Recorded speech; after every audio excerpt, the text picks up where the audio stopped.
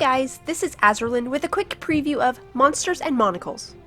Monsters and Monocles is a roguelite procedurally generated twin-stick shooter that can be played either solo or with up to 4 players in local or online co-op. The game is currently in early access on Steam. There doesn't seem to be much of a story right now, which is fine because story doesn't really matter much to me in this genre of games. Immediately, Monsters and Monocles made me think of Enter the Gungeon. The art style is similar and the pixel graphics look good, and I like the bright colors. The game makes it very easy to see the incoming enemies and projectiles that you need to avoid. The audio is decent as well, and I don't have any complaints about it. Your goal is to shoot and kill hordes of monsters to make your way through the levels, and then kill the boss at the end of each zone. You'll have to do this while dodging projectiles and kiting enemies to avoid dying. You have a limited number of lives, and once you lose them, the game is over and you have to restart.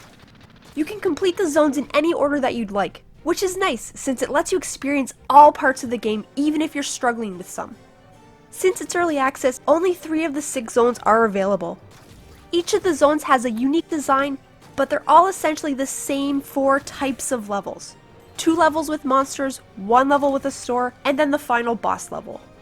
To get to the next level in each zone, you have to complete a quest to unlock it.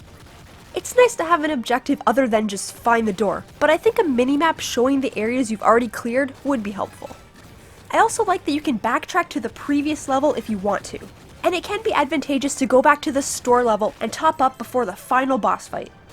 I did find myself accidentally going through the stairs a few times when I was kiting around monsters. Wasn't a big deal, but it probably shouldn't be accessible while in combat. Even though all the levels are procedurally generated, the levels within each of the zones feels pretty much the same, and there weren't any areas that really stood out as being unique. Many of the enemies are different and only found in one zone, but there are a couple of enemies that are just recolored versions of the same enemy from one zone to the next. There's different bosses for each zone, but each zone always has the same boss. The encounters were interesting, but I'd like to see some random boss spawns. One thing I really enjoyed about the game was the plentiful weapon and item drops. There isn't much weapon variety in early access right now, so most of them weren't useful, but it was nice being able to change weapons whenever. Weapons will overheat if you spam them too much, but there is no ammo or reloading either.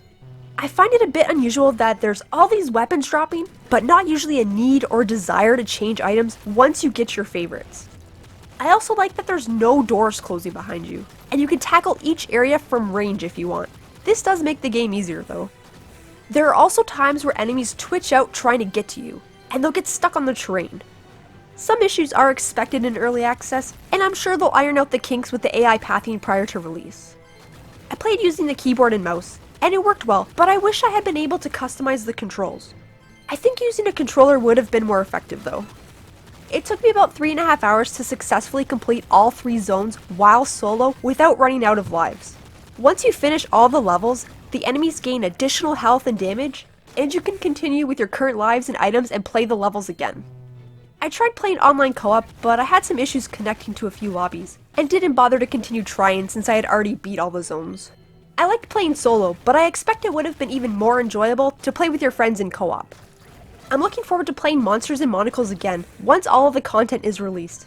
And even though the game is lacking content right now, it's still fun and it's not too difficult either. There are some pathing and balance issues that need to be addressed, but other than that I didn't experience any bugs. Overall I still prefer Enter the Gungeon, but I think Monsters and Monocles is off to a good start and it's worth keeping an eye on.